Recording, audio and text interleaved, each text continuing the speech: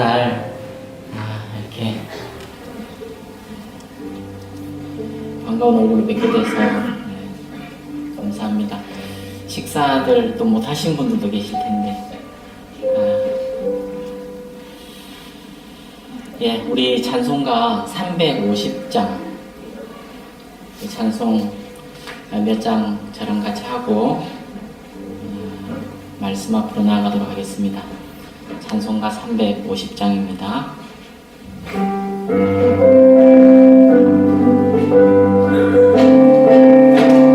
네, 우리 손 벽치면서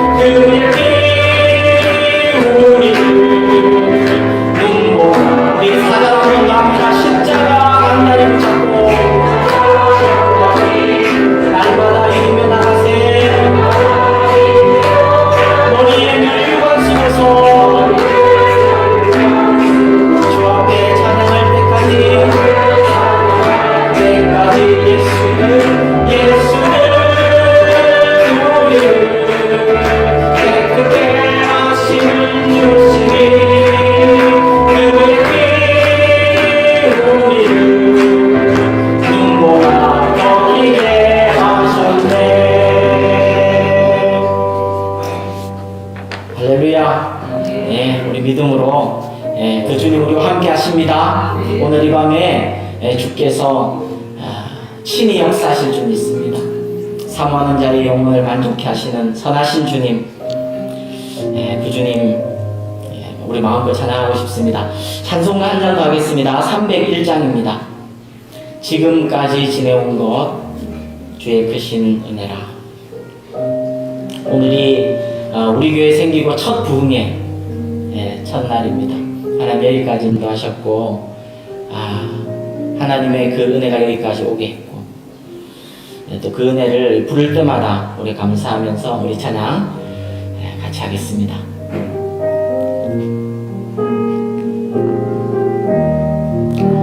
지금까지 지내온 것 주의 크신 은혜라. 아니 없는 주의 사랑 어찌 이루 말하랴.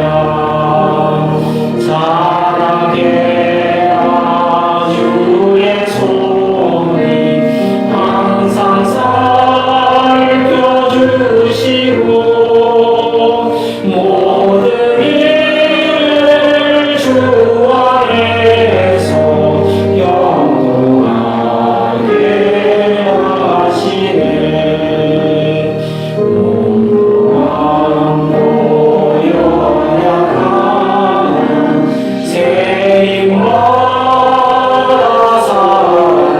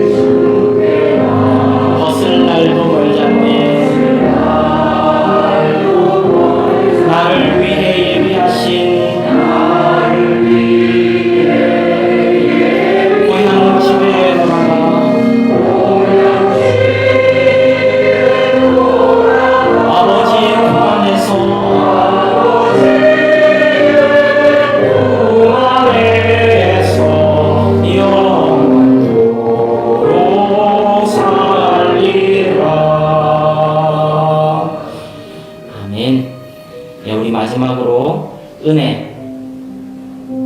우리 교회에서 많이 사랑하고 자주 부르던 찬양 은혜. 내가 누려왔던 모든 것들이, 내가 지나왔던 모든 시간이, 내가 걸어왔던 모든 순간이 당연한 것이 아니라 은혜였습니다. 이 고백 하나님 앞에 드리겠습니다.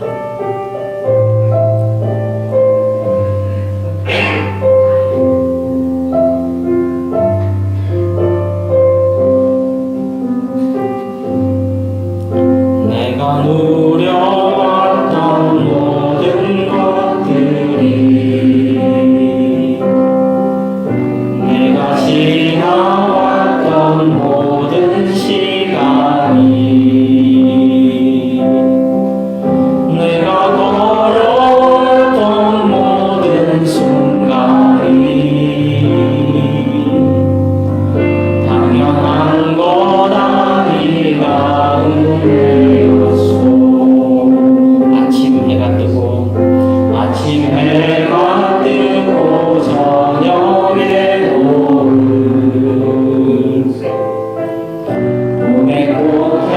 秋は 가을의 열매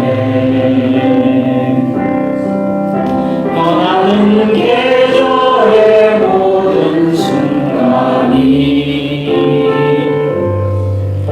당연한 건 아니라 은혜였소. 모든 것이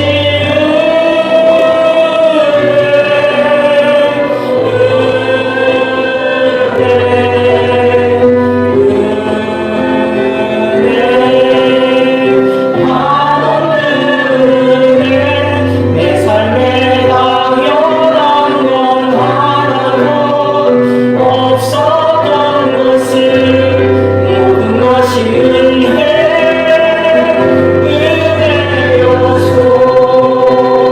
내가 이 땅에 태어나 사는 것 우리 나이 시절과 지금까지 숨을 쉬며 살며 꿈을 당연한 것 아니라 은혜였소. 아멘. 내가 하나님의 자녀로 살며 하나님의 자녀로 살며 오늘 찬양하고 예배하는 삶 복음을 전할 수 있는 축복이 당연한 것 아니라 은혜여. 모든 것이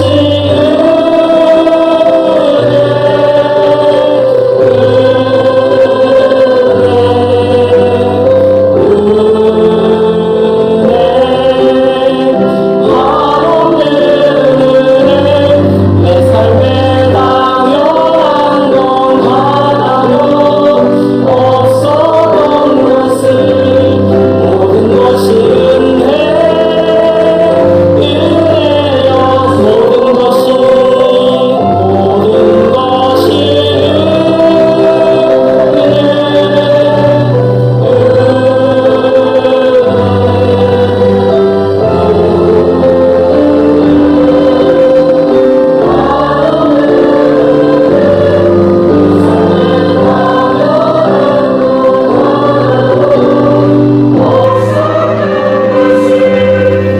모든 것이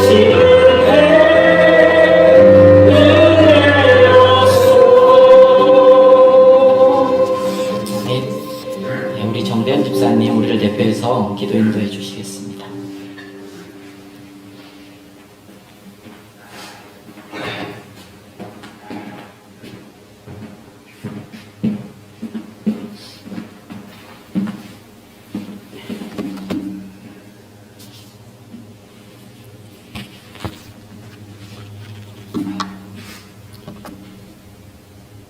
만물이 소생하고 꽃이 피어오르기 시작하는 봄의 계절에 새롭게 건축된 새 예배당에서 하나님께서 귀하게 사용하시는 정주채 목사님을 모시고 은혜로운 충계 부흥회를 가질 수 있도록 은혜 베풀어 주신 것을 감사드립니다. 우리 영혼도 이번 충계 부흥회를 통하여서 귀한 생명의 말씀으로 영적인 소생함을 얻게 하여 주시고 그 영적인 소생함을 힘입어 전도와 선교의 사명을 잘 감당할 수 있도록 은혜를 베풀어 주시옵소서. 저희 주의 뜻 하늘가족교회를 하나님의 섭리와 은총 가운데서 세워주시고 지금까지 여기까지 인도해 주신 에벤예셀의 하나님께 감사와 영광과 찬송을 올려드립니다. 저희 교회 성도님들 연로하신 어른들로부터 어린 유아에 이르기까지 한 분 한 분 하나님의 은혜 가운데서 붙잡아 주시고 사랑하여 주시옵소서.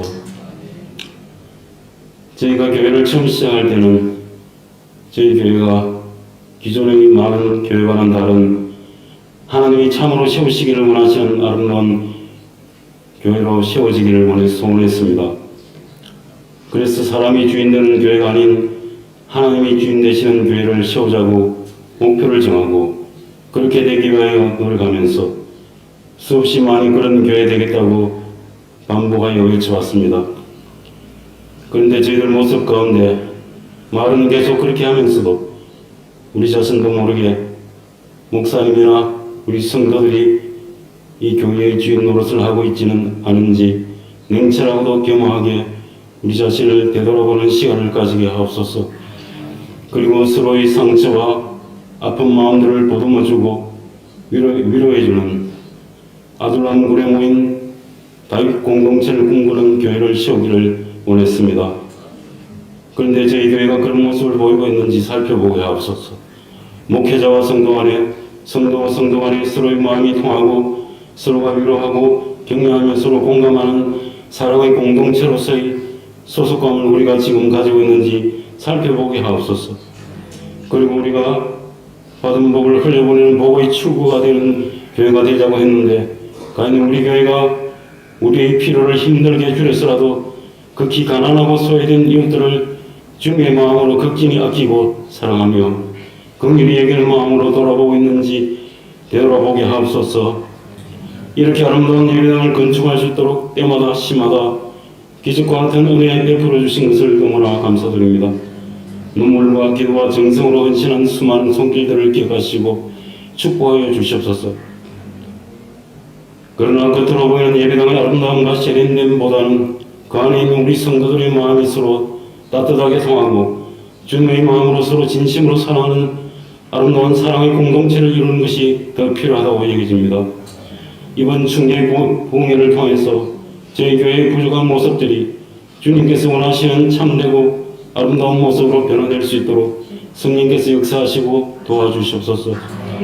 강사 목사님을 피곤치 않도록 성령 충만하게 붙잡아 주셔서 하나님께서 계신 생명의 말씀을 온전히 증거하실 수 있도록 마치는 시간까지 함께하여 주시옵기를 원합나이다.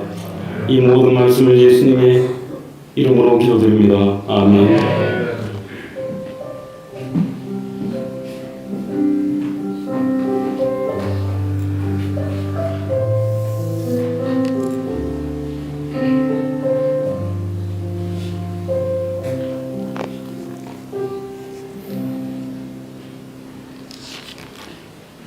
감사합니다.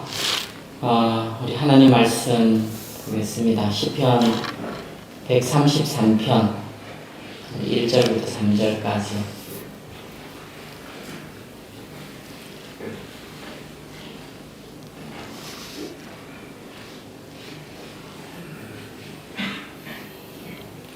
네, 찾으셨으면 우리 하나님을 경외하는 마음으로 그 자리에 일어나서 우리 세 절이니까 우리 함께 천천히 또 하나님 말씀 공독 같이 하겠습니다. 시작. 보라, 형제와 연합하여 동거함이 어찌 그리 선하고 아름다우고 머리에 있는 보배로운 기름이 수염 곧 아론의 수염에 흘러서 그의 어깨까지 내림 같고 헐몬이 있으리 시온 산들의 내림 같도다. 거기서 여호와께서 복을 명령하셨느니 곧 영생이로다. 아멘. 하나님 말씀입니다. 자리 앉겠습니다. 예, 우리 정주채 목사님, 제가 주일에도 또 말씀 같이 나누고 해서 소개할 건 없습니다. 그냥 목사님 빨리 모셔서 우리 하나님 말씀 듣고 또 은혜 많이 받으시기를 축복합니다. 예, 목사님 나오실 때 우리 하나님께 감사하면서 박수로 환영하겠습니다.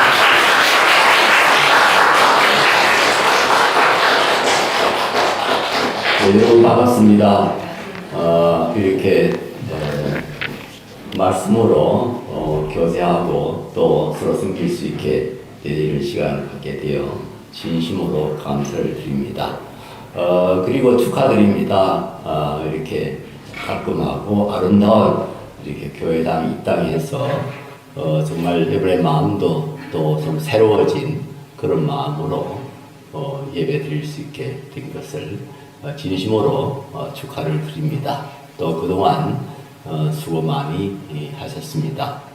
하나님께서 이 처소를 통해서 더 나은 예배 그리고 더 발전된 교육, 전도 이렇게 잘 이루어질 수 있게 되기를 바라고 또 양적으로 질적으로 계속 교회가 크게 성장할 수 있게 되기를 주의 이름으로 축원합니다. 네, 우리 주의 뜻 하늘 가족 교회가 처음으로 이제 집회를 간다고 하는데 이 첫 집회에 제가 강사로게 된 것을 영광으로 생각을 합니다.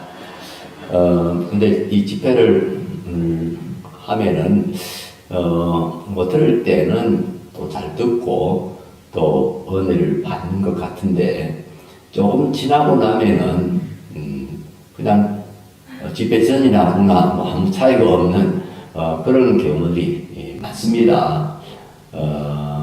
이제 들은 말씀을 잊어버리는 거죠.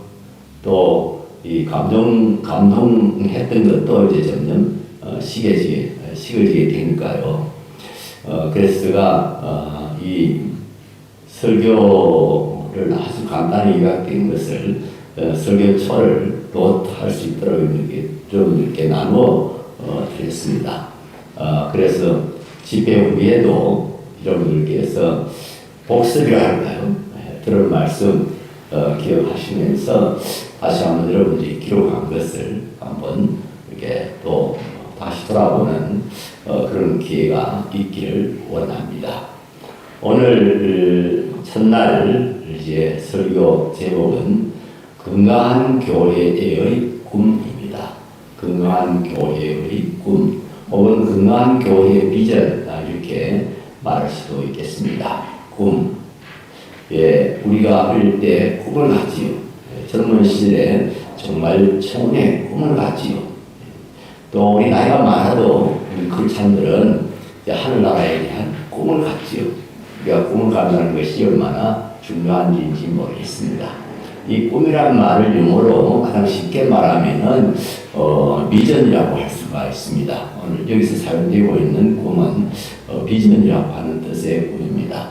비전이 뭐냐 하면은 마음으로 미리 그려보는 그런 미래라고 할 수가 있겠습니다. 하나님의 언약의 말씀을 믿고 또 그 하나님의 언약의 말씀에 기초해서 미래의 우리의 모습을 그려보는 겁니다. 나의 모습을 그려보는 것입니다. 특별히 우리 주의 뜻 하늘 가족 교회의 미래의 모습을 그려보는 것입니다. 이 교회당을 지을 때 청사진이 있었지요. 설계도가 있었지요.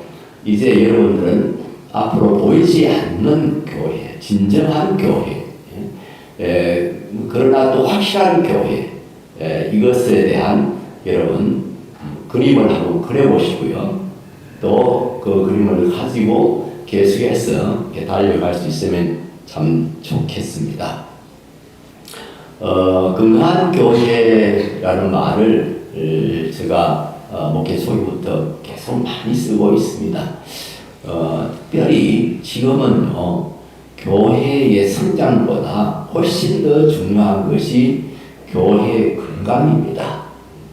교회가 성장하는 일에 대해서는 우리 한국 교회가 매우 열심히 했습니다만, 그러나 교회 건강의 문제에 대해서는 그동안 거의 마음을 기울이지 못했고, 그러다 보니까 교회가 여러 가지 어려움들을, 여러 가지 타락하는 그런 모습을 드러나게 보이게 되어졌던 것이지요.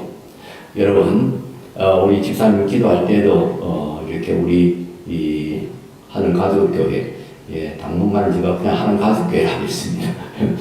하는 가족교회가 처음 시작할 때 가졌던 그런 데 대한 기도를 하셨는데요. 네, 정말 이 교회의 건강함이 얼마나 중요한지 모릅니다. 다시 한번 여러분의 그 처음 교회를 시작할 때 가졌던 그 마음, 그 꿈, 그 비전, 그 소원들을 다시 한번 일깨울 수 있는 이런 기회가 되기를 바라고요. 계속 이런 꿈을 가지고 이런 비전을 가지고 나갈 수 있게 되길 바랍니다. 우리가 카메라를 찍는 사진은요, 찍는 순간에 그건 과거가 되어버리지요.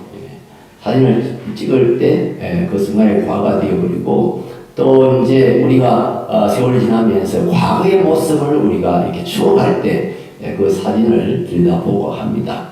그러나 비전은 조금 전에 말씀드린 대로 이것은 미래를 위한 마음으로 찍는 사진입니다. 우리 마음에다가 그리는 그런 그림입니다. 마음의 사진기로 찍는 그런 미래의 사진입니다. 여러분, 이것을 늘 여러분들이 이 말씀에 이렇게 새기면서요, 또 특별히 여러분들이 세우신 그 목표를 가지고 계속 그 그림을 생각하면서 전진할 수 있게 되기를 바랍니다. 교회의 건강성을 우리가 체크하는 그런 체크 포인트가 있습니다. 우리가 병원에 가면은 건강 체크를 하지 않습니까? 건강 검진을 받지 않습니까?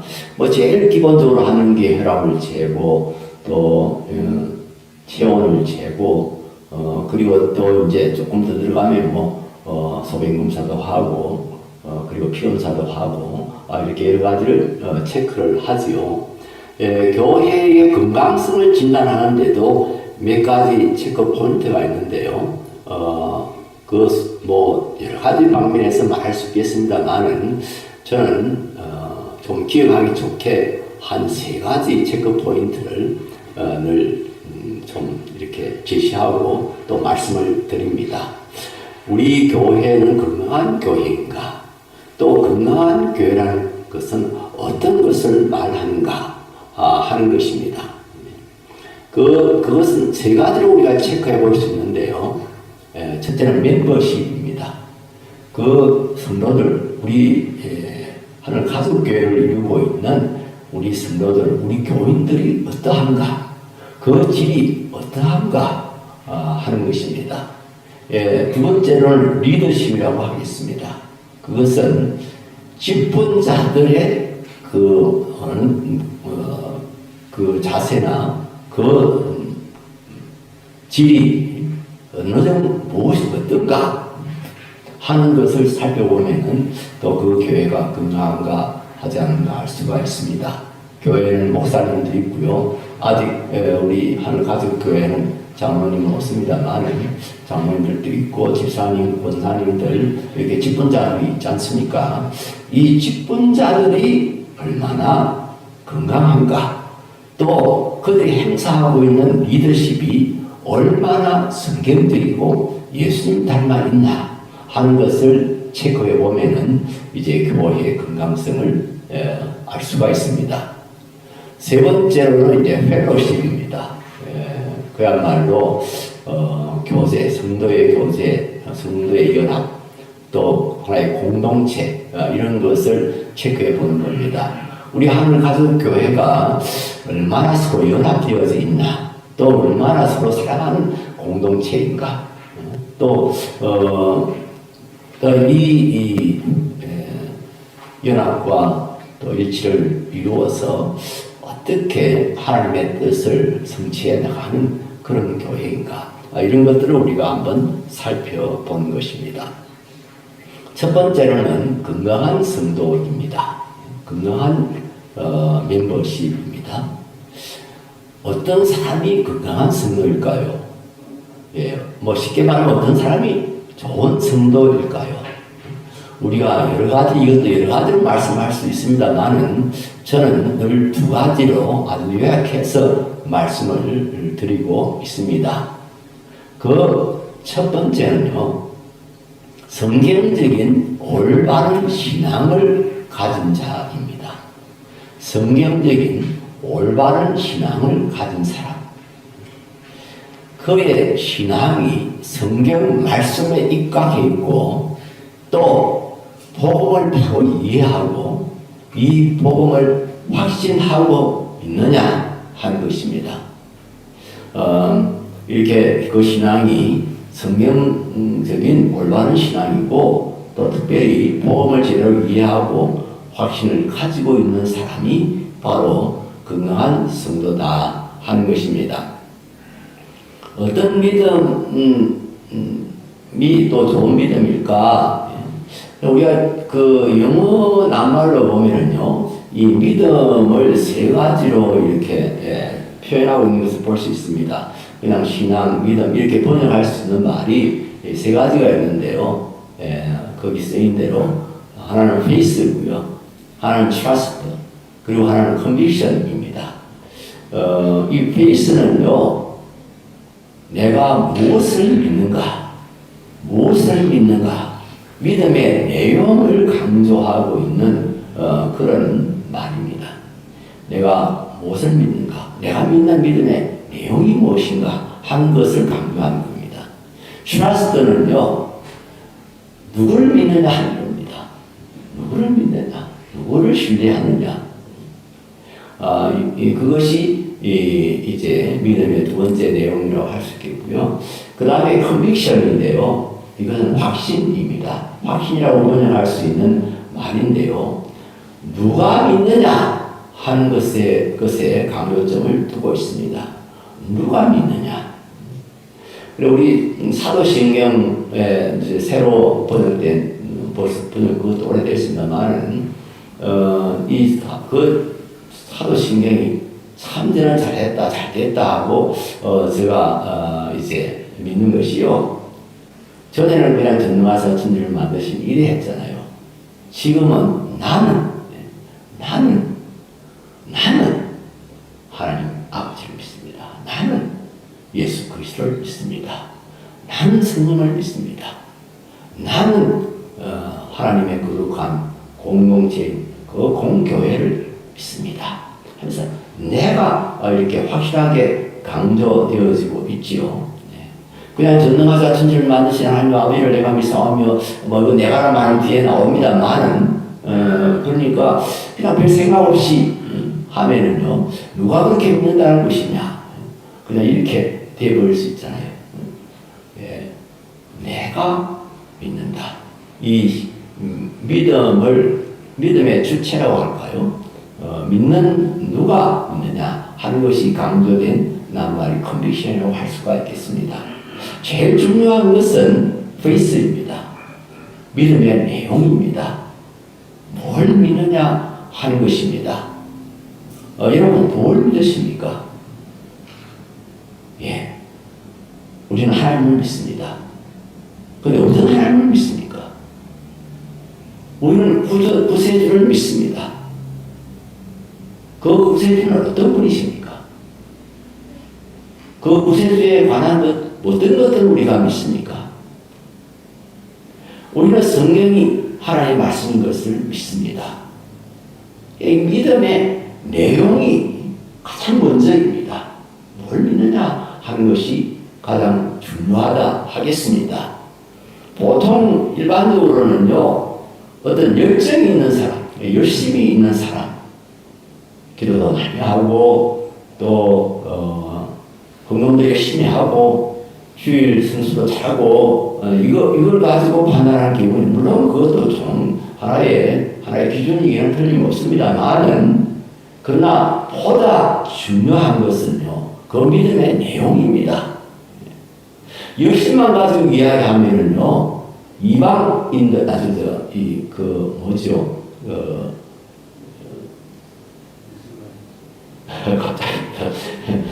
기독교 이단 종파들이 훨씬 더 열심히 있다고 했습니다. 그분들 정말 몸을 불살라들어 막 집어 몸을 던집니다. 그리고 요 헌금도 뭐 보통 11조 하는 정도가 아니고 그냥 몽땅 그냥 자기 재산 다 갖다 바치는 분들도 있습니다. 그러니까 열심히 이런 거 가지고 쉽게 판단할 수가 없습니다. 열심히 있어야 되지요. 열정이 있어야 되지요. 그러나 참으로 중요한 것은요, 어떤 내용, 어떤 믿음의 내용을 갖고 있는가 하는 것입니다. 거듭 말씀드립니다만은 우리의 믿음의 내용은 성경 말씀에 입각해 있어야 됩니다. 성경 말씀에 입각해서 있는 그런 믿음이어야 이제 올바른 믿음이고 또 건강한 믿음이다. 그렇게 말할 수가 있습니다. 그래서 우리는요, 건강한 성도가 되려고 그러면요, 성경 많이 읽으셔야 됩니다. 성경 묵상하셔야 됩니다. 자주 묵상하셔야 됩니다. 그리고 설교 말씀 잘 들어야 됩니다. 설교 말씀 잘 들어야 됩니다. 예, 성경을 읽고 또 내가 읽고 묵상하고 그리고 이제 또 말씀의 종들을 통해서 우리에게 전달되는 이것을 제2의 하나님의 말씀이다. 이제 그렇게 부릅니다. 하나님이 원초적으로 주신 말씀이 있고 또 이것을 해석하고 적용해서 주는 말씀이 있습니다. 그러니까 이 말씀을 우리가 잘 들어야 됩니다. 여러분 설교 잘 듣는 거 이렇게 쉬운 일은 아닙니다. 설교 잘하는 것도 참 어려운 일이지만요. 설교 잘 듣는 것도 보통 어려운 일이 아닙니다. 설교자 입장에서 보면은요, 같은 청중이지요. 그리고 교과서는 하나밖에 없지요. 그리고 이제 뭐 그냥 10년, 20년 막 이렇게 설교해야 되지요. 그거 이제 보통 실력으로는 보통으로서는 할 수가 없는 거예요. 저 부산진 교회입니까? 부산지 이름이 바뀌는 거. 하여튼 그 교회 박 목사님, 담임 목사님 있던 박 목사님, 이제 그 담임 목사 사임을 하고 이제 교수 총장으로 이렇게 신학교 총장으로 이렇게 부임을 했는데요. 뭐 인터뷰를 했답니다. 하면서 이 목회에 대해서 목사님 어떻게 생각하십니까? 이렇게 질문했더니 사람은 못할 짓이다. 그렇게 뜻밖의 대답을 했대요. 사람은 못할 짓이다. 그렇습니다. 사람은 할 수 없는 일입니다. 정말 성령의 도우심 없이 하나님의 은혜 없이는 전혀 감당할 수 없는 사역이 바로 목회라고 생각합니다. 저는 평생 목회를 끝내고 이제는 이 은퇴해서 참 심호하시는 분들이 좀 불쌍하게 보일 정도로 저는 좀 편하게 지나고 있습니다만은 돌아보면 참 지난 날들이 얼마나 힘들고 어려웠던가. 내가 가진 능력이라든지 내가 가진 지시라든지 하는 것이 얼마나 참 비상적이고 얼마나 내용이 적었던가 이런 생각을 많이 해봅니다. 근데 또 지금 생각해보면 우리 교인들이 저 설교를 잘 들어주셨어요. 그래 참 그것을 늘 감사하고 있습니다. 저는 좀 신기하다는 생각이 들었어요. 저는 뭐 별로 설교를 이렇게 제대로 못했는데 교인들은 또 설교를 은혜롭다고 잘 들어주었어요. 제가 잠실 중앙교회에서 이제 향상교회를 분립해가지고 이제 올 때요. 제가 그동안에 설교했던 원고들 이것을 한번 쭉 보면서 이제 정리를 했습니다. 그거 다 짊어지고 다닐 수가 없으니까. 지금은 컴퓨터를 이렇게 합니다만 그때는 일일이 다 손으로 썼거든요. 근데 설교 노트가 막 이렇게 많습니다. 제가 그걸 읽어보면서요. 참 너무 기가 막힌 거예요. 태간절 이런 설교를 했나? 이런 정도의 수준의 설교를 했나?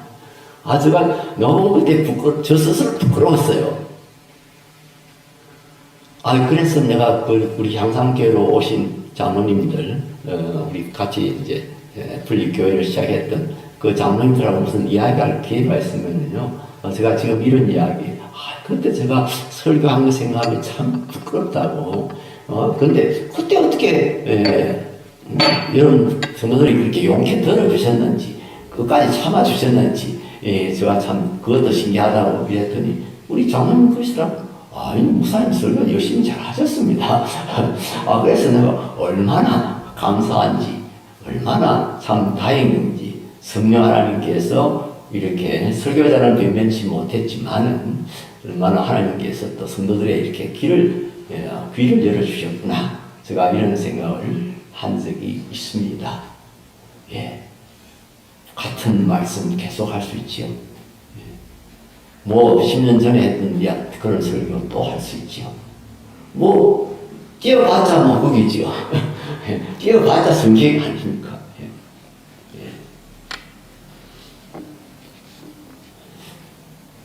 계속 반복되는 말씀. 이 반복 설계 그 왕이라고 불리는 사람이 있습니다. 혹시 누군 진짜에 계십니까? 예? 이거 잘 아시네. 김동호 목사님. 자기 스스로 그런 이야기 합니다. 나는 반복해. 하여튼, 뭐, 왕이라고 할 정도로 그렇게 반복을 많이 한다고 그러는데요. 예. 그럴 수밖에 없습니다. 그런데도 성도들이 인내하면서 듣습니다. 저 말씀들 가운데 한 말씀이라도 나에게 교훈이 되고 나의 삶에 지혜가 되는 말씀이 있을까? 내가 내 삶 속에 적용하고 순종해야 되는 말씀은 무엇인가? 이런 마음을 가지고 설교를 들으셔야 됩니다. 은혜 받기 위해서 설교 듣는다. 그거 참 좋은 마음입니다. 그래야죠. 은혜를 사모하는 설교 드려야 되죠. 그런데요, 은혜 받기만을 계속 원하면서 설교 들으면 나중에 신기를 할 수 있습니다. 어떤 때는 설교가 참 은혜롭고 좋은데, 저는 늘 은혜롭고 좋은 설교만 들을 수 있는 건 아니잖아요. 예. 저는 생각해요. 하늘에 한 번 정도만 그래도 좀 감동이 되는 그런 말씀 들을 수 있으면, 또 그런 말씀 전할 수 있으면 참 감사한 일이다. 저는 그렇게 생각할 때가 있는데요. 우리가 은혜 받기 위해서 말씀을 듣지만은요, 실천하기 위해서 말씀을 들으셔야 됩니다. 한 말씀이라도 이 말씀을 해석하고 적용하는 그 목사님의 말씀을 듣고 더 순종하기 위해서, 한마디라도 더 순종하기 위해서, 그렇게 생각하면요, 우리가 말씀을 많이 듣는 것도 부담스러울 수 있습니다. 내가 어떻게 저 말씀대로 살아야 될까? 이런 말씀으로 우리는 성경을 읽고 또 묵상하고 듣는 것입니다. 특별히 주일날 예배 시간에, 특별히 설교 시간에 졸지 않도록 여러분들 정말 유의하시기 바랍니다. 정말 유의하시기 바랍니다.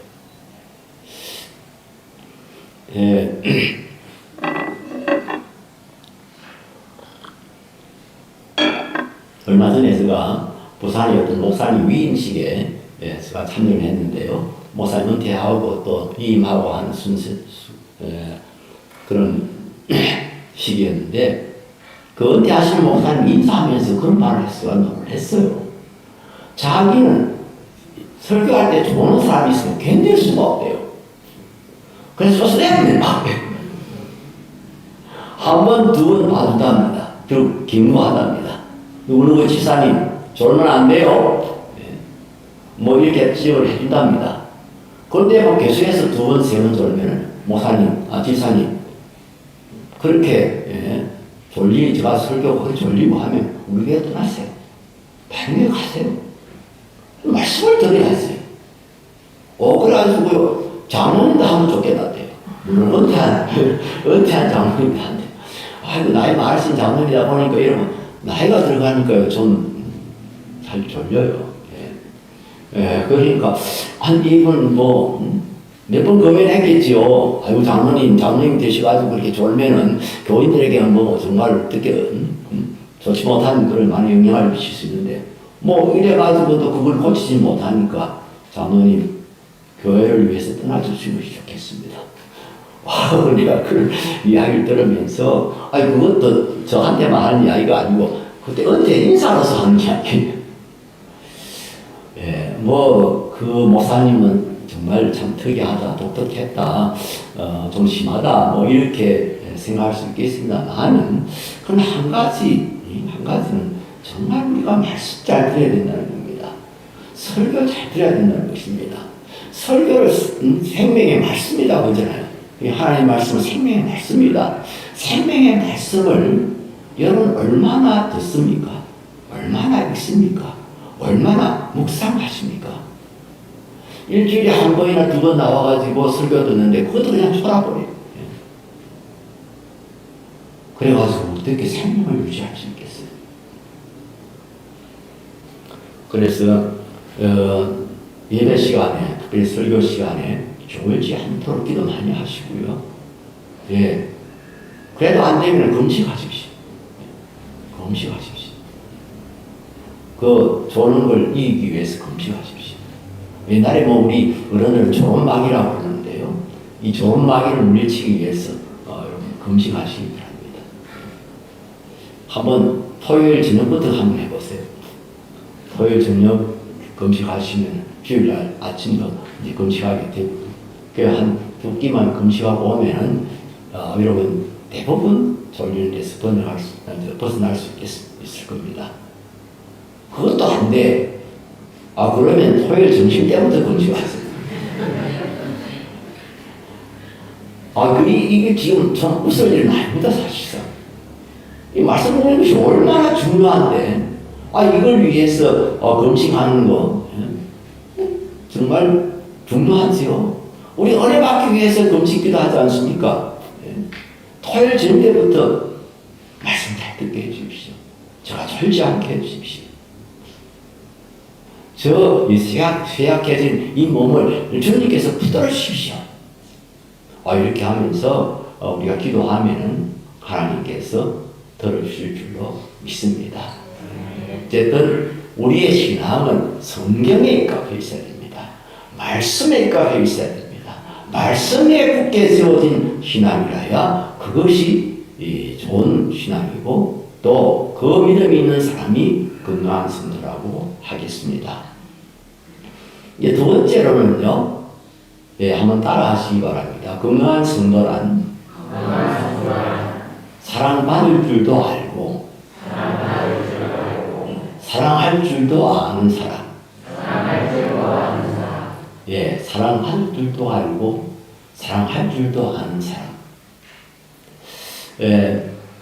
뭐 성경을 제가 읽을 때도 이 사랑이 가장 중요하다는 그런 이제 생각을 했습니다만, 지금은 기억이 안 나요. 어떤 책을 읽는데 미국의 어떤 교육 단체에서 아마 교사 단체인지 하여튼 그 단체에서 이렇게 성숙한 인격, 성숙한 사람의 그런 기준을 이렇게 몇 가지를 만들었는데, 그 첫째가 뭔지 아세요?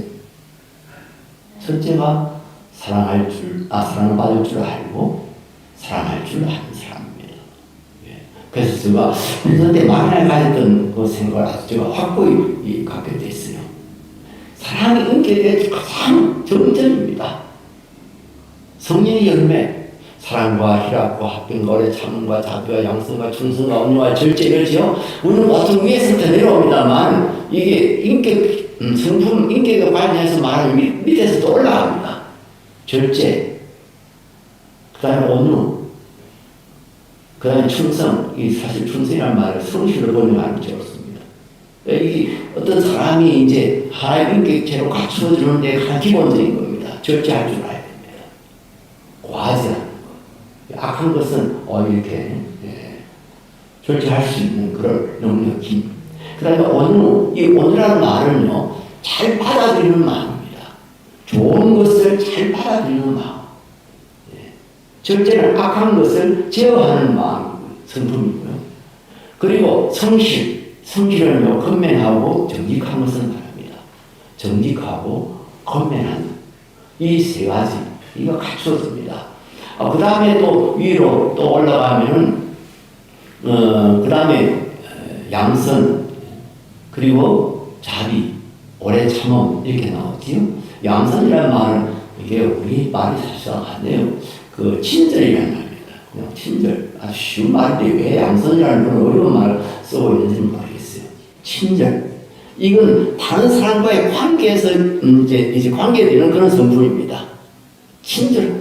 친절이라고 하는 것은 모든 사람들을 다 인격적으로 대우하는 것을 말합니다. 인격적으로 대우하고 따뜻하게 대하는 것을 말합니다. 사람을 무시하지 않는 겁니다. 사람을 차별하지 않는 겁니다. 그 다음에 자비는 친절에서 조금 앞 나가는 겁니다. 내가 손해보면서까지 다른 사람에게 잘해주는 겁니다. 잘해주려고 하는 그런 마음입니다. 그게 자비로운 마음입니다. 그 다음에 오래 참음. 예, 오래 참음이 뭡니까? 상대방의 약점이나 허물이나 이런 것들을 포용해 줄 수 있는 그런 포용력을 말합니다. 제가 처음에는 이게 좀 이해가 안 됐어요.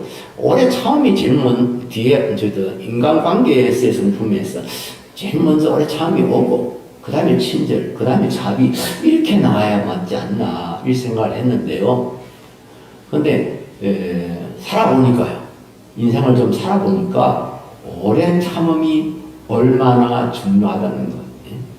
예, 친절할 수 있어요. 어떤 때는 우리가 자비도 베풀어요. 근데 참기는 쉽지 않아요. 그 상대방의 약점이라든지 상대방의 그런 다점들 이런 것들 포용하고 좀 기다려주고 한 것이 쉽지 않는 일이에요. 자식을 길러봐도 알 수가 있고요. 우리가 부모 생활하면서도 알 수가 있잖아요. 그 다음에 이제 뭐 어떤 겁니까? 그 다음에 화평, 그 다음에 쾌락, 그리고 사랑입니다. 기쁨, 사랑입니다. 예. 이걸 완성의 단계라고 이렇게 부르는데요. 예. 이제는 우리가 이렇게 인기 성숙하게 되면요. 평화를 누리게 됩니다. 화평을 누리게 됩니다. 그리고 이제 나가서 기쁨을 가지게 되고, 그 다음에 최고의 단계인 사랑에 이르게 됩니다. 그러니까 사랑할 줄 알고, 사랑할 줄 알고, 사랑할 줄 아는 것, 이것이 우리 인격과 우리 신앙의 정점에 속하는 것이다 하는 것을 여러분들이 잊지 마시기를 바랍니다. 여러분, 사랑받을 줄 모르는 사람도 있을까요? 네, 사랑받을 줄 모르는 사람도 있습니다. 제일 쉬운 예가요. 사춘기에 있는 청소년들 생각하면 됩니다. 그렇지만 사랑할 줄 몰라요. 부모가 얼마나 자기를 사랑하고 아끼고 뭐 이렇게 하고 있는지를 모르는 겁니다. 물론 부모의 약점이 많기 때문에 이제 그거에 대해서 반발합니다만, 그러나 약점 이전에 그 부모의 그 참 자식을 향한 그 사랑, 이런 것은 몰라요. 그냥 무조건 막 반발하고 무조건 막 그렇차고 이런 그런 청소년 그 사춘기에 있는 청년 같은 사람들이 이 세상에 많아요. 남자에게 친절을 베풀어도 사랑을 베풀어도 그걸 사랑으로 받아들이지 못하는 겁니다. 계속 반발하고 오히려 더 증오심 가지고. 그 다음에 이제 사랑할 줄 아는 사람. 그렇지 뭐 이건 두말할 것도 없지요. 예. 우리가 어릴 때는요 어리다 하는 사랑을 받는 일에 이제 뭐 열심이라 할까요? 사랑을 많이 받는 그런 경우라고 할 수 있겠고요. 그 다음에 저 사람이 자랐다, 성인이 됐다 하는 것은 무슨 말일까요? 사랑을 주는 사람이 된다. 그렇죠? 이제 우리가 자라서 어른이 되면요, 그 다음에 이제 부모를 공경할 줄 알고 또 다른 사람들도 좀 도울 줄 알고 배려할 줄 알고 이렇게 되잖아요. 예. 사랑을 받을 줄도 알고 사랑할 줄도 알고. 예. 거듭 강조합니다만 사랑은 하나님께서 말씀하시는 최고의 가치입니다. 하나님은 사랑이시라. 예. 사랑이 없으면 믿음도 없고 생명도 없는 사람이다. 이렇게까지 성경은 표현하고 있습니다. 사랑은 인생의 목적입니다. 행복이 목적 아닙니다. 행복이 목적일 수도 있습니다만 행복을 목적으로 삼으면요 여러 가지 문제가 발생할 수가 있습니다. 내 행복을 위해서 다른 사람의 그 권리와 다른 사람의 행복을 침해해 볼 수가 있기 때문입니다. 그런데 사랑은요, 이것은 하면 할수록, 바라면 바랄수록 더 좋은 것이 사랑입니다. 인생의 목적은 사랑을 이루는 것입니다. 인생의 방법도 최고의 방법은 사랑입니다. 우리가 살아가는 가장 지혜로운 방법이 바로 이 사랑이라고 하는 겁니다. 건강한 성도요. 어떤 사람이 건강한 성도일까요? 멤버십의 가장 중요한 요소는 무엇일까요? 첫째는 성경적인 올바른 믿음이고요. 두 번째로는 사랑입니다. 사랑받을 줄 알고 사랑할 줄 아는 사람. 고린도전서 고린도후서의 말씀을 제가 읽으면서 깜짝 놀랐던 때가 있어요. 제가 어디서 그야말로 소스라치게 말씀 묵상하다가 한글로 늘 그냥 우리말로만 읽다가 보니까 그냥 예사를 읽었어요. 사랑이 없으면 소리 나는 구리와 무슨 갱가리가 되고, 사랑이 없으면 내가 아무것도 아니요, 이런 말씀을 그냥 예사를 읽었어요. 근데 어느 날 영어로 읽었어요.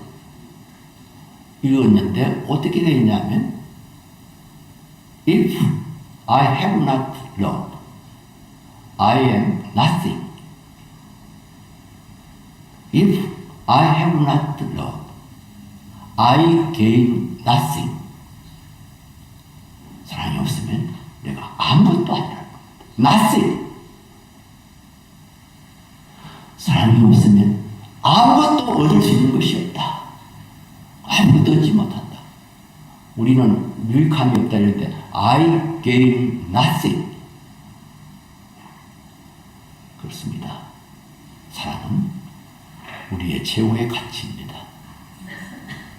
사랑받을 줄 알고 사랑할 줄 아는 사람이 건강한 사람이요. 성숙한 사람입니다. 이제 그 두 번째는 리더십입니다. 이제 교회 직분을 말하는데요. 교회 직분자는 직분자의 그 리더십이 어떠하냐, 그분의 어떤 지도력, 행사되어지는 지도력이 어떻게 나타나고 있냐, 이런 것입니다. 또 그 기초와 근본은 뭐냐, 하는 것입니다. 여기서 역시 여러분들이 기억하기 좋도록 하기 위해서 제가 두 가지만 이렇게 말씀을 드립니다.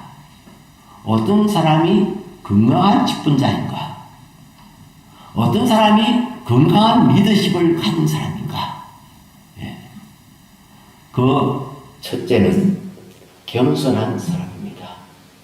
겸손입니다. 겸손.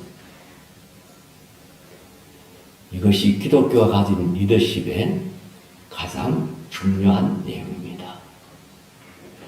왜냐하면 예수님이 그걸 하시기 때문에. 나는 마음이 온유하고 겸손하니. 성경을 좀 읽어보십시오. 예수님께서는 하늘의 모든 영광을 버리시고 우리 인간의 모습으로, 우리 인간의 몸은 낮아진 몸으로 이 땅에 오신 분이십니다. 그러니까 겸손하다 그런 정도 가지고 말하기에는 좀 그렇습니다만 어쨌든 기독교 리더십은 겸손입니다. 근데 지금 이것이 완전히 왜곡되어져 버렸어요.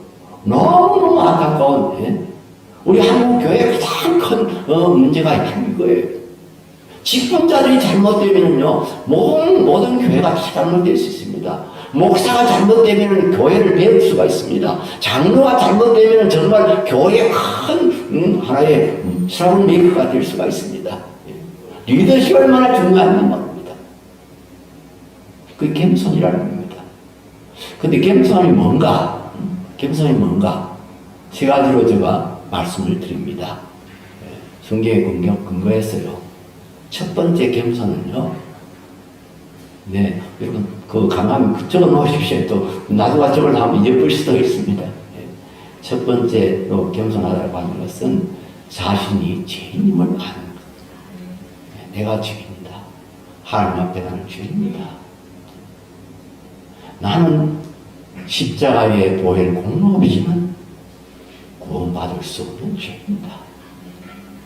이것을 확실히 믿는 사람입니다.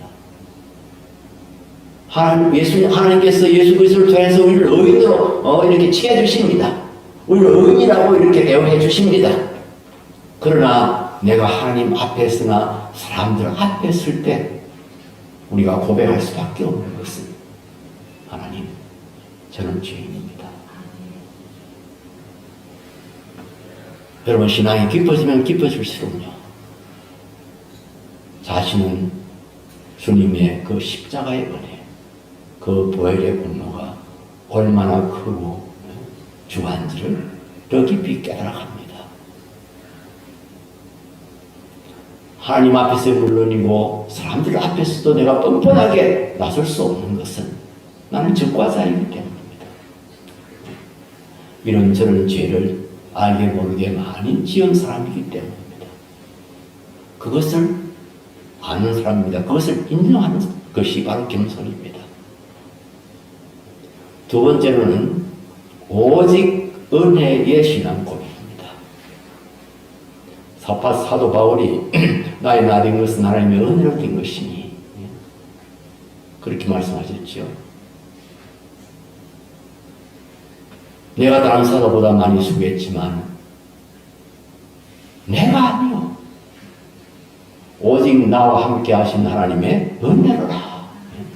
오직 은혜.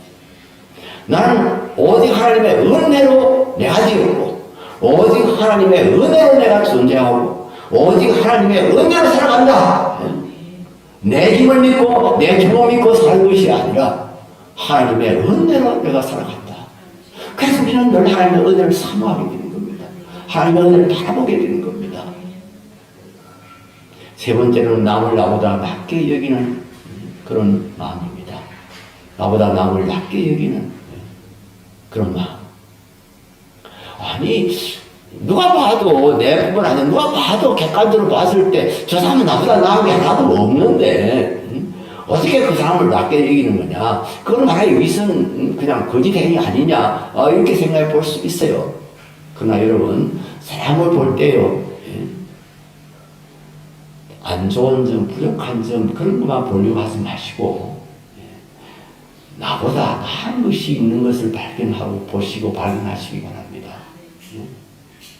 사람은요, 누구에게나 또 그 사람, 물론 막 도무지 상상도 할 수 없는 그런 악한 자도 있는 것이 세상입니다만, 그러나 거의 99.9%는 그래도 다른 사람보다 또 나은 것이 있습니다. 나보다 나은 것이 있을 수 있습니다. 제가 뭐 흔히 예를 듭니다만은, 저와 이발소 갔다 오면 기분이 좋습니다. 지금 이게 파마를 하면 좀 좋다 해서 제가 매일만 지게 하고 파마를 해달라 이랬더니 막 볶아가지고 완전히 저 이미지를 완전히 우습게 만들어버렸어요. 저 아내가 여보, 누가 시험 들겠다. 우리 목사님은 그냥 순진하고 이런 줄 알았더니 막 파마도 안 해. 나이 80 가까워지면서. 어쨌든 그러나 이렇게 이발소 갔다 오니 기분이 좋습니다. 제가 거기 서전해드리면 나이스 가이라고 하는 그런 이발소 다니는데요.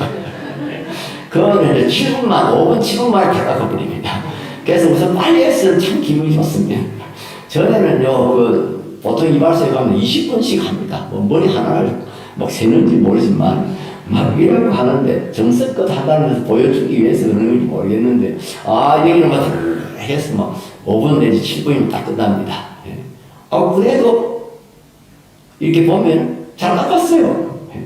아니, 그냥 옛날에 20분 이발한 것보다 더 나을 때가 많아요. 그분은 나보다 나은 것이 이발 기술입니다. 그 이발 기술이 있기 때문에 많은 사람을 또 상쾌하게 만들어줍니다. 세상에 보십시오.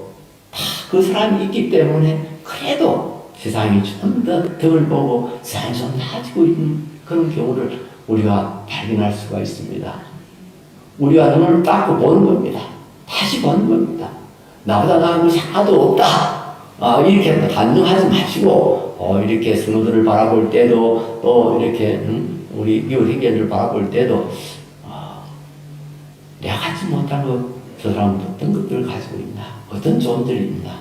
이런 마음으로 보면은, 이제 이런 좋은 점들을 발견할 수가 있습니다. 그래서 옛날 분들은, 80 먹은 사람이 3살 어린이한테 배운다고 말이 있습니다. 3살 먹는 어린이가 이 할아버지를 가르칠 수 있다 하는 그런 이야기입니다. 아무리 어리고 있지만 무시하지 말고 이렇게 잘 보면은 배울 것이 있다. 그런 말씀 아닙니까? 두 번째 리더십은 섬김의 리더십입니다. 섬김의 삶. 우리 겸손하고 섬김하고는 바로 밀접하게 연결되어서 있습니다. 역시 예수님의 리더십의 그 핵심이 섬김입니다. 예수님은 섬기려 이 땅에 오셨습니다. 예수님은 평생 우리를 섬기셨습니다.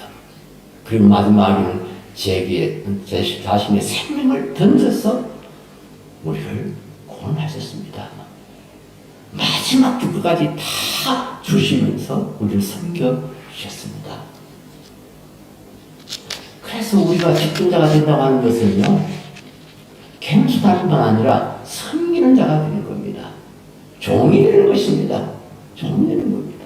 근데 이것도 자꾸 변질돼가지고 말은 종이라 하는데요. 종이라면 일단 뭐 특별한 권위를 가진 사람, 그런 말로 개념이 지금 바뀌고 있습니다. 아니, 바뀌었습니다. 그래서 옛날에 김경래 장로님이 그런 말씀을 하셨어요. 어느 교회 갔더니 어떤 여집사님이 기도하면서 주의 종님들을 주님께서 뭐 이렇게 하더라는 거죠. 그게 도저히 안 맞는 말이에요. 어떻게 종님이 있을 수 있습니까? 종보고 님이라고 붙이는 데가 어디 있어요? 한국말로 정확하게 하면 종놈이지요. 주의 놈, 종놈들을 하나님께서 붙들어 다시고. 이 개념이 이상하게 되어버렸다는 말이에요. 그래서 교회에서도, 내가 당회장이다. 내가 장로다. 이래가지고 뭐에 힘주고요. 막 섬기는 것을 흉내만 내고, 그냥 하면서 인사받기 좋아하고, 뭐 성의받기 좋아. 그런 그 경우가 얼마나 많습니까? 제가 한국 교회를 바라보면서 제일 가슴 아픈 일이 겁니다. 섬기는 자들이 모두 다 섬김 받는 자들로 변하고 있습니다. 그래서 오늘날 교회에 이렇게 문제가 많습니다. 이렇게 교회의 수준이 낮아졌습니다. 서로 봉사해야 되는데.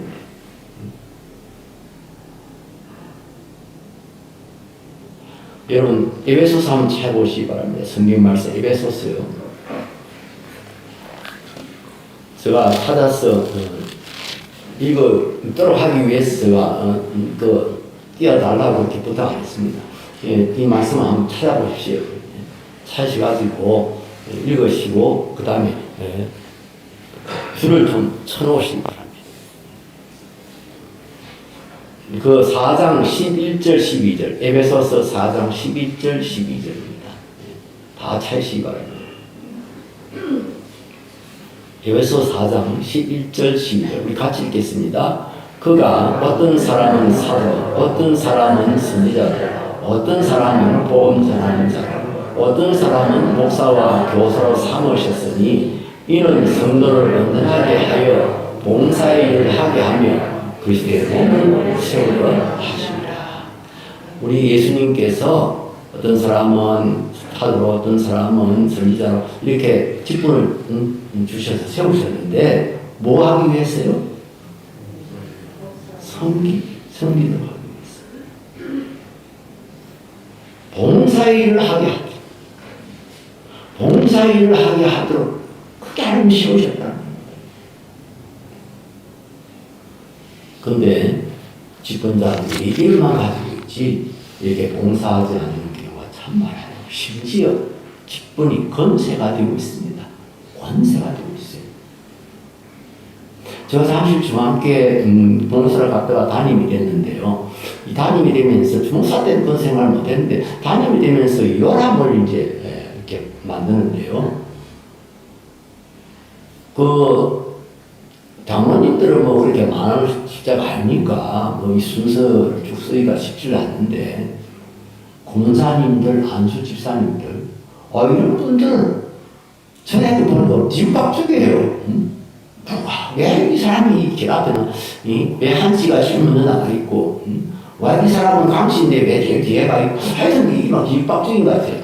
나중에 막 알아봤더니 그게 다 임직받은 그걸 기준으로 해가지고 누가 임직을 먼저 받았느냐, 그 다음에 동시에 임직을 했더라도 나이가 뭐 한 살 더 많은 사람, 아니 한 달에도 먼저 난 사람, 이런 사람들을 이렇게 세운다는 거예요. 완전 서열 아닐까요? 깜짝 놀랐어요. 교회 안에도 이 서열이 아주 엄격하게, 엄중하게 존재하고 있다는 것을 제가 발견한 겁니다. 그래서 제가 저 다니고 첫해 다음에부터요, 여러 만들면서 전부 강화순을 했습니다. 자녀들도 강화순, 또 우리 지사님들도 다 강화순, 안수 지사님들 강화순, 권사님들 강화순, 목소리 지사님도 물론이고요. 그래서 일부는 좀 저한테는 항의를까지 하는 분은 없습니다만 조금 속으로 불편한 사람이 있다는 것을 제가 봤습니다. 그래도 다 질서가 있지. 나는 벌써 임직한 지 얼마나 됐는데 나를 갖다가 이렇게 그냥 중간에도 안 넣어버려. 그래서 지금도 우리 형상교회는 지금은 여러분을 만들지 않습니다만 가나다 순으로 되게 이렇게 하고 있습니다. 그래서 우리 교회에서는요, 주보나 그 요란에 제일 먼저 이름 나오려면 강씨가 제일 유리합니다. 제일 불리한 사람들은 황씨, 한씨, 이런 분들을 늘 뒤로 밀리고요. 심지어 우리 목사님들도 가나다순입니다. 우리 남사 같은 분은 상당히 유리하지요. 왜 이렇게 서열이 있는 것일까요? 왜 서열을 이렇게 중요시 여기는 걸까요? 그게 권세이기 때문에 그렇습니다. 그게 본의가 돼서 그렇기 때문입니다.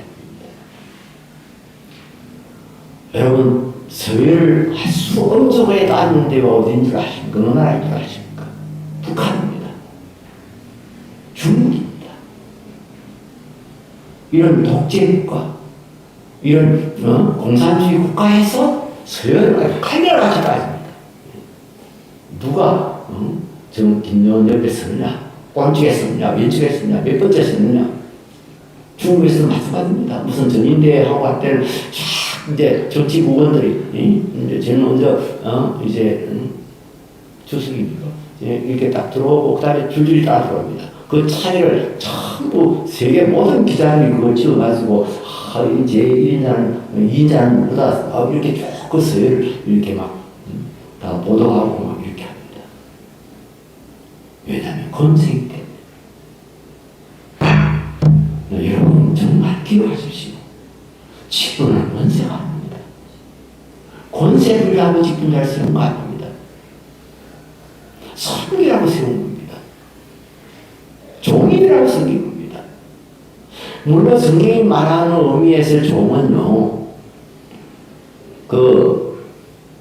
종을 좀 좋은 말로 갖다 설명을 하면요, 남을 성공시키기 위해서 봉사하는 사람, 그렇게 정리를 할 수가 있습니다. 다른 사람을 성공시키기 위해서 봉사하는 사람이라는 개념이 바로 성경이 우리에게 가르치는 그런 종의 개념입니다. 자식 성공시키려고, 자식 잘되게 하려고 우리 부모들이 정말 하지 않습니까? 뭐 자식에게 짓눌려 살고 막 자식에게 막 이렇게, 그게 사실 그런 의미에서 우리가 자식의 종이다 그런 말을 하는 걸 알지 않습니까? 목사님을 주의 종이라고 하는 것은 우리 성도들, 주의 백성들이 신앙생활에 성공할 수 있도록, 인생에 성공할 수 있도록 도움을 달라는 겁니다. 장로님들, 안수지사님들, 권사님들, 또 서리지사 이런 분들을 주의 종이라고 부르는 이유는 서로를 섬기는 삶이라는 것입니다. 예, 성도들이 잘 되도록, 우리 옆에 있는 형제자매들도 잘 되도록, 또 우리 주위에 하는 가족 교회가 잘 되도록 어쨌든 섬기는 사람, 내가 뭐 조금이라도 다른 사람에게 유익을 주고 우리 교회에 유익을 주고 그런 걸 위해서 하나님께서 기쁜 자로 채우셨다 하는 것입니다. 여러분 이거 잊어버리지 마시기 바랍니다. 여러분 아직 장로가 없는데요. 정말 앞으로 이 하나만 정말 잊어버리지 마시기 바랍니다. 겸손한 리더십은, 기독교 리더십은 겸손이다. 두 번째는 섬깁니다. 예수님께서 섬기는 자가 위대하다. 너희 중에 어떤 이 되고 싶은 자가 있느냐? 저는 종이 되어야 하리라. 섬기는 자가 되어야 하리라. 이 말씀 유언처럼 하신 것입니다. 그리고 당신 스스로 십자가에 당신의 몸을 던져 우리를 살리시려고 희생해 주셨습니다. 그런 주님 앞에서, 우리가 내가 목사인데, 내가 장로인데, 나를 무시해, 이런 생각할 때가 어디에서 그런 생각할 수가 있겠습니까? 우리 연약하기 때문에 자신도 모르게 그렇게 될 수 있는데, 그래서 우리가 알고는 있어야 돼요. 그래서 늘 조심해야 돼요. 정신을 차려야 돼요. 늘 정신을 차려야 돼요.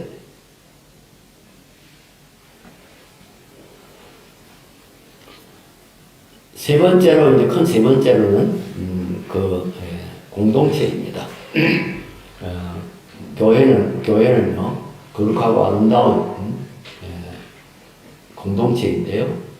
건강한 교회는 바로 이 펠로우십이 잘 이루어지고, 이 펠로우십이 성숙되어져 있는 그런 교회가 건강한 교회입니다.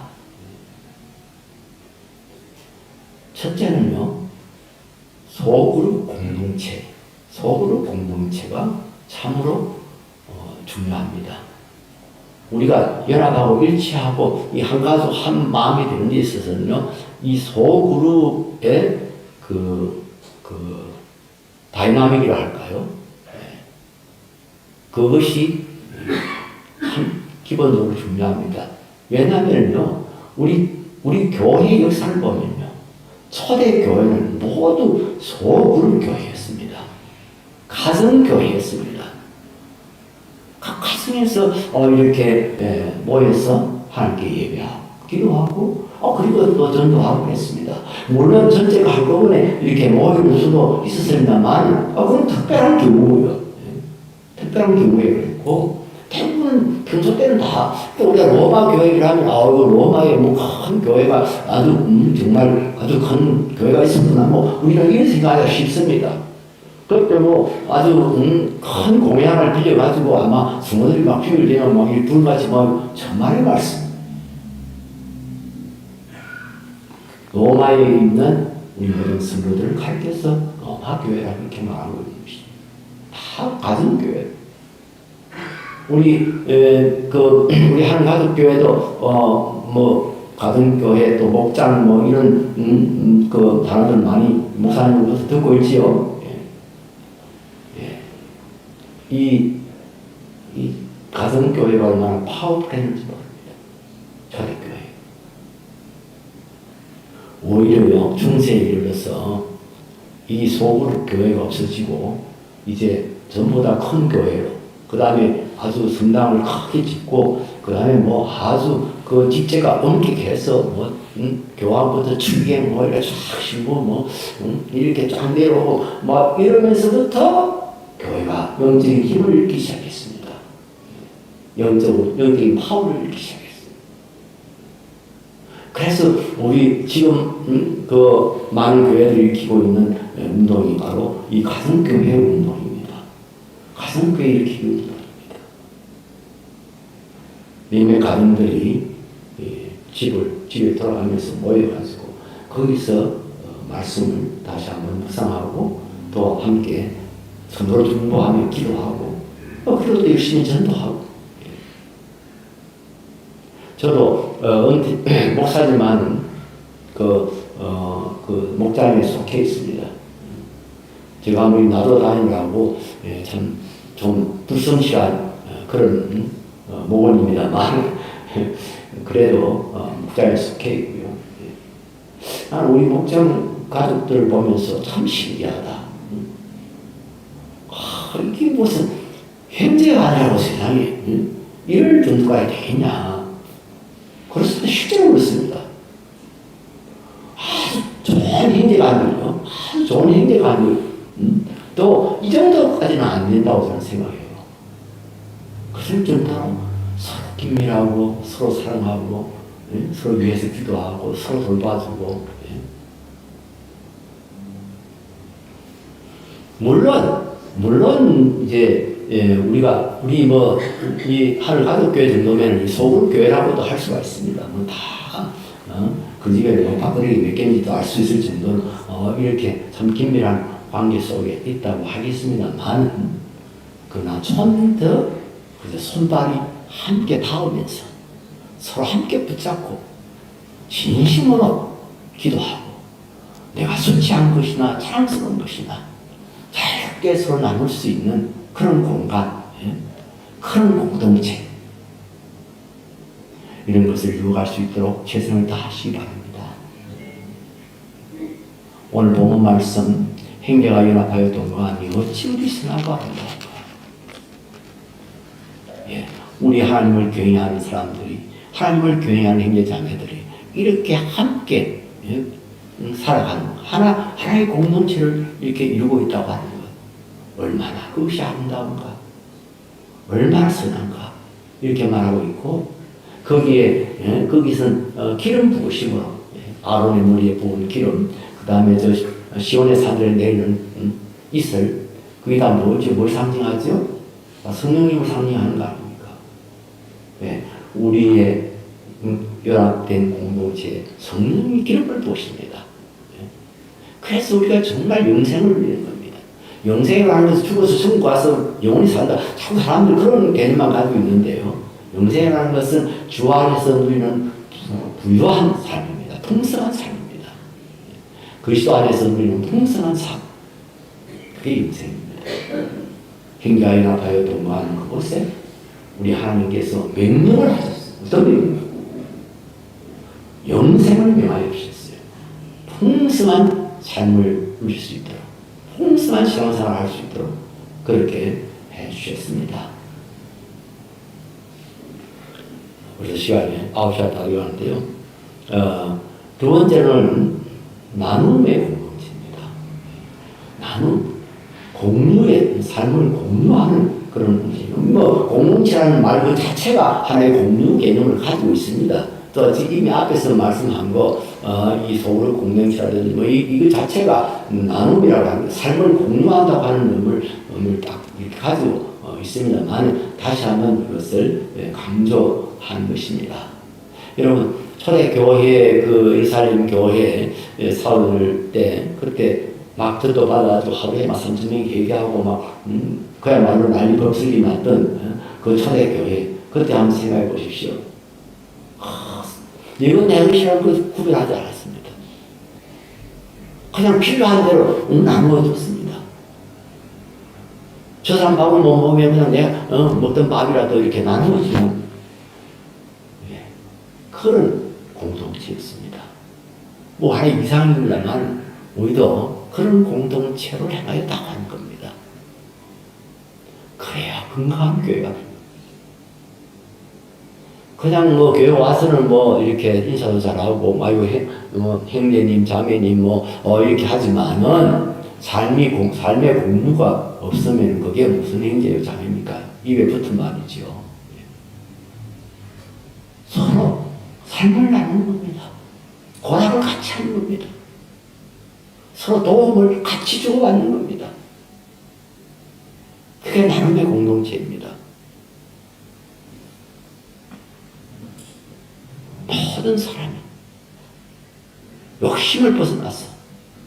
이기주의를 벗어났어.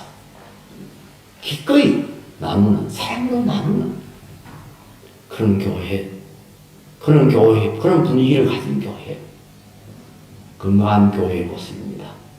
생명력이 있는 교회의 모습입니다. 다시 한번 복습합니다, 여러분. 예, 아직 잘 기록 못하신 분들, 잘 써놨다가, 혹시 또 잊어버리시거나, 다시 한번 꺼내보시기 바랍니다. 건강한 성도는 어떤 사람이라고요? 예, 성경적인 올바른 신앙 고백을 가진 사람. 두 번째는요, 예, 사랑할 줄, 받을 줄도 알고 사랑을 줄 줄도 아는 사람. 그 다음에 건강한 직분, 그 다음에 그러니까 건강한 리더십은 첫째는 뭐요? 자율성. 두 번째는요? 성김. 잘하시네요. 예.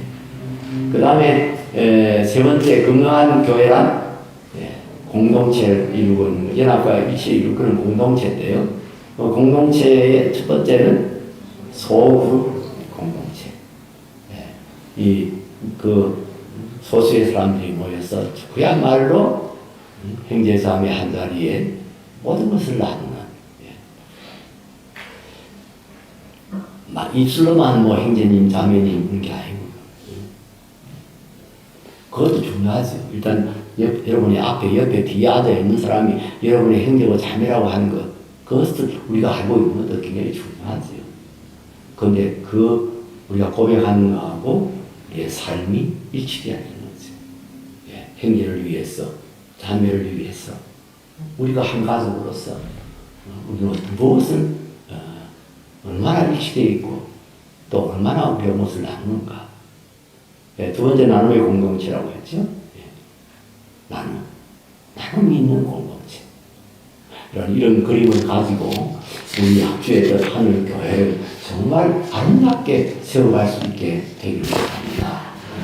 정말 좋은 교회가, 우리 하나님 보시기에 정말 기뻐하는 그 교회가 되기를 바라고요. 이 참 취약해져가는, 추락하고 있는 이 한국 교회를 여러분이 그래도 붙드는, 그리고 이 교회들의 이 힘을 주고 격려를 줄 수 있는 그런 교회가 되어지기를 진심으로 바라지 않습니다. 우리 주의 뜻 하늘 가족교회를 통해서 우리 하나님의 큰 영광이 나타나고 우리 하나님의 큰 영광 속에서 여러분들이 정말 풍성한 복을 누릴 수 있게 되기를 주의 이름으로 축원합니다. 우리 찬송가 210장 같이 보겠습니다. 찬송가 210장